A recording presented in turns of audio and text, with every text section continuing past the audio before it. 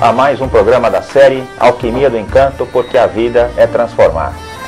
O nosso programa, então, tem por princípio trazer sempre pessoas aqui que representem isso, que representem esses focos de luz da humanidade, que estejam antecipando, talvez por conta dos seus trabalhos, por meio da sua arte, da maneira como se vivem suas vidas, esse fio de esperança no qual podemos nos ater para esperar dias melhores para uma humanidade tão doente.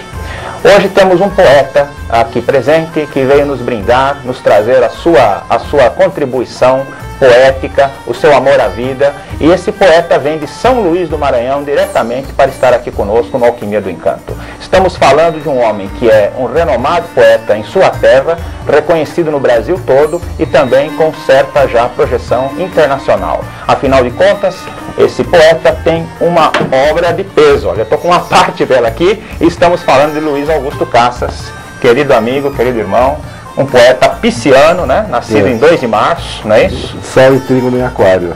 Como é que é? No que sol beleza. E trigo no aquário. Que lindo isso.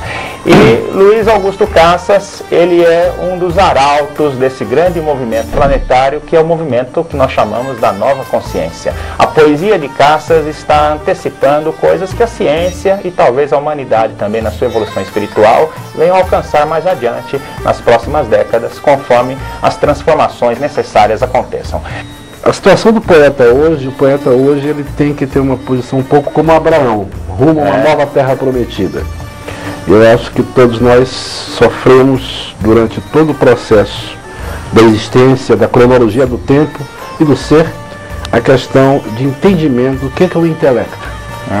E nós temos que hoje, muito mais que tudo, nos abrir para o coração, combinar o intelecto, afinar o intelecto na corda do coração.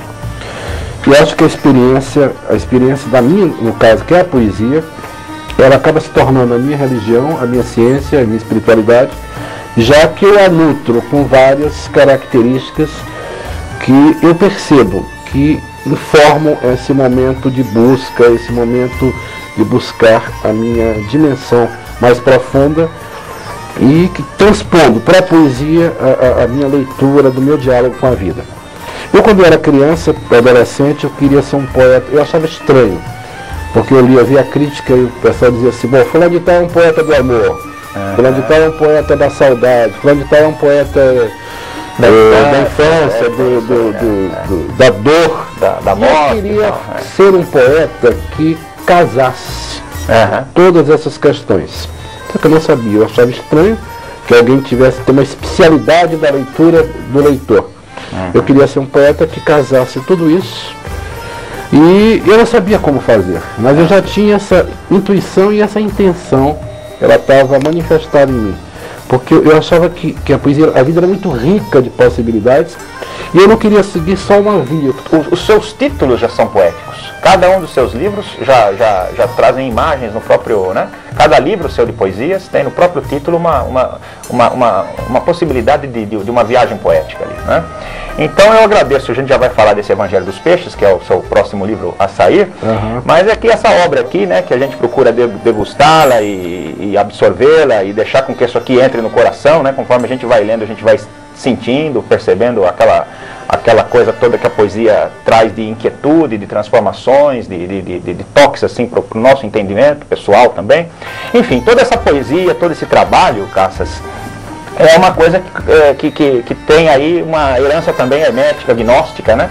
Você mexe com a Cabala, você fala de Jacob Boehme, você traz o Hermes Trismegisto, a Tábua de Esmeraldas, uma visão super poética transformada aí da nova era.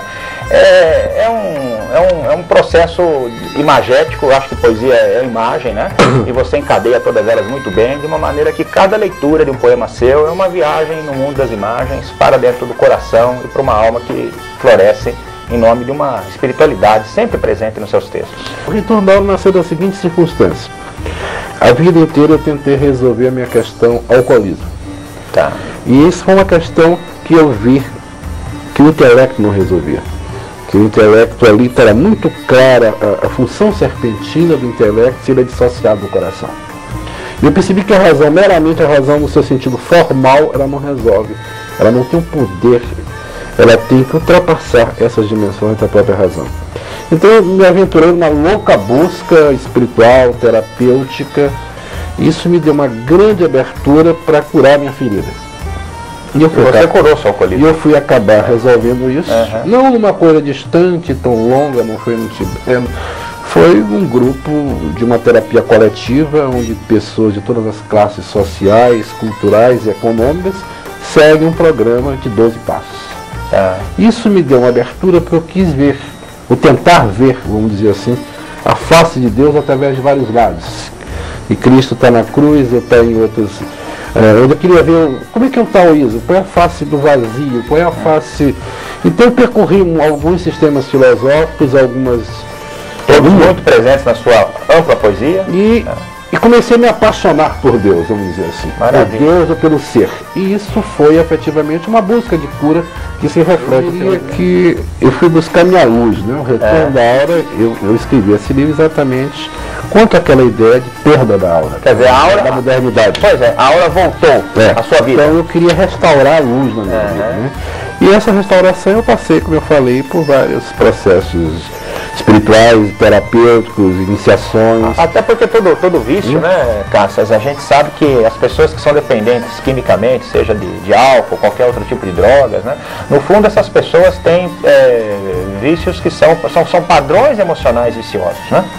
E que apenas vão se expressar por meio da dependência química.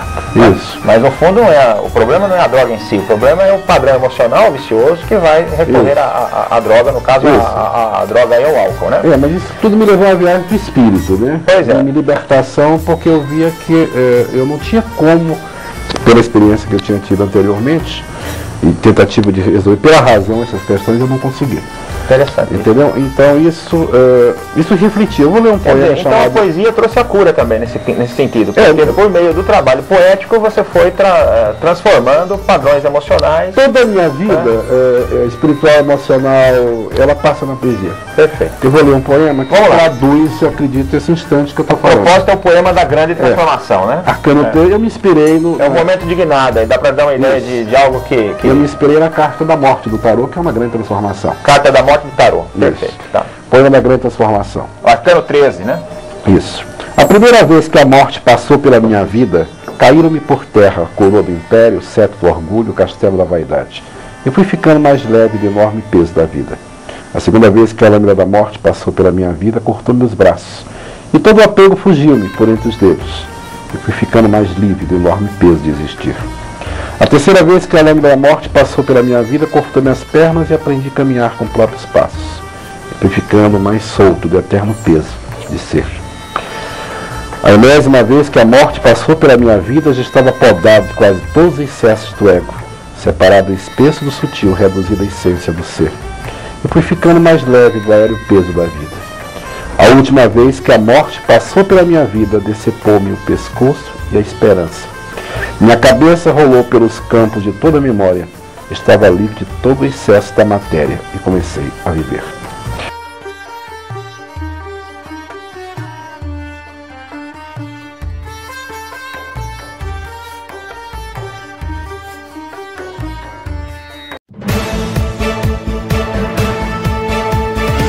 Aqui, na TV Web Mário Lincoln do Brasil, o que você ouve, pensa e fala, vê aqui.